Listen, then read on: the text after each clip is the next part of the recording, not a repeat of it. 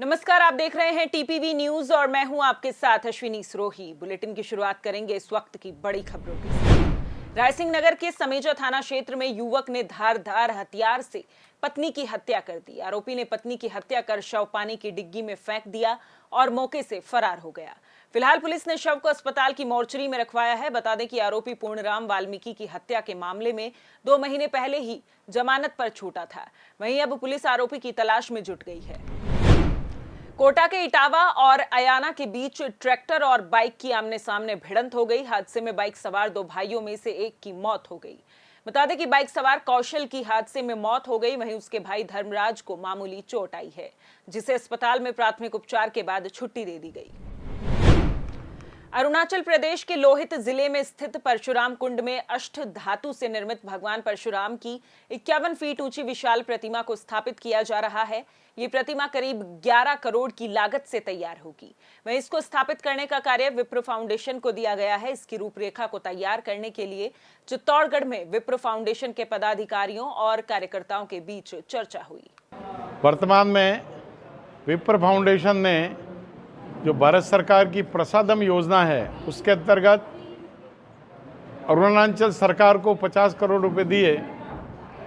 वहाँ लोहित नदी के किनारे भगवान परशुराम जी जो कुंड है, उसको विकसित करने के लिए अरुणाचल सरकार उसको विकसित कर रही है।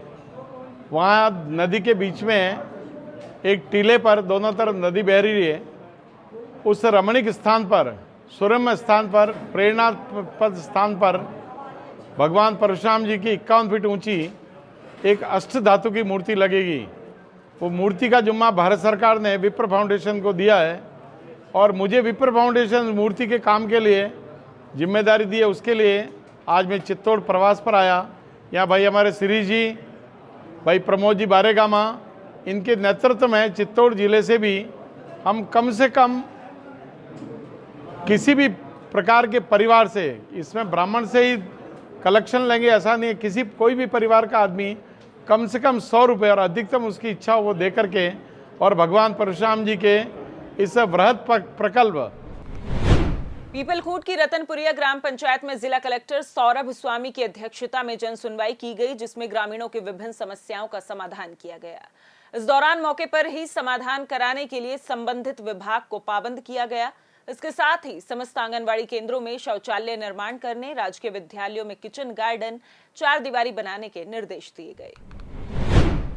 मसूदा में समाज सेवी संस्था की ओर से 1 दिवसीय कार्यशाला आयोजित की गई। चिरायु परियोजना के अंतर्गत आयोजित कार्यशाला में आंगनबाड़ी केंद्रों से जुड़ी 207 पैरा हेल्थ वर्कर और स्वयं सेवकों ने भाग लिया।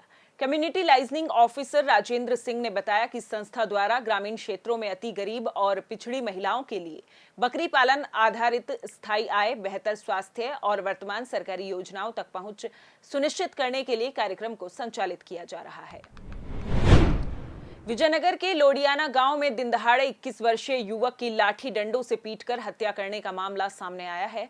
हत्या के बाद सभी हमलावर मौके से फरार हो गए।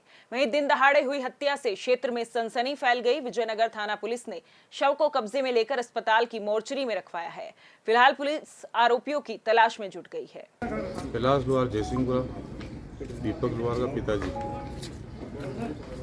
वो गांव से विजयनगर की तरफ आ रहा था। लोडियाना चौराहे पर रणजीत गुजर और हेरू गुजर, राजू गुजर और प्रभु गुजर विजयनगर 10-12 जनों ने मिलकर उसके साथ सरिया और लाठी से मारपीट की और मौके पे ही मृत्यु हो गई।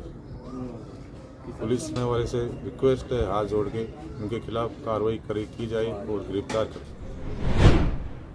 इस बुलेटिन में फिलहाल इतना ही। देश प्रदेश की तमाम बड़ी खबरों के लिए देखते रहिए टीपीवी न्यूज। नमस्कार।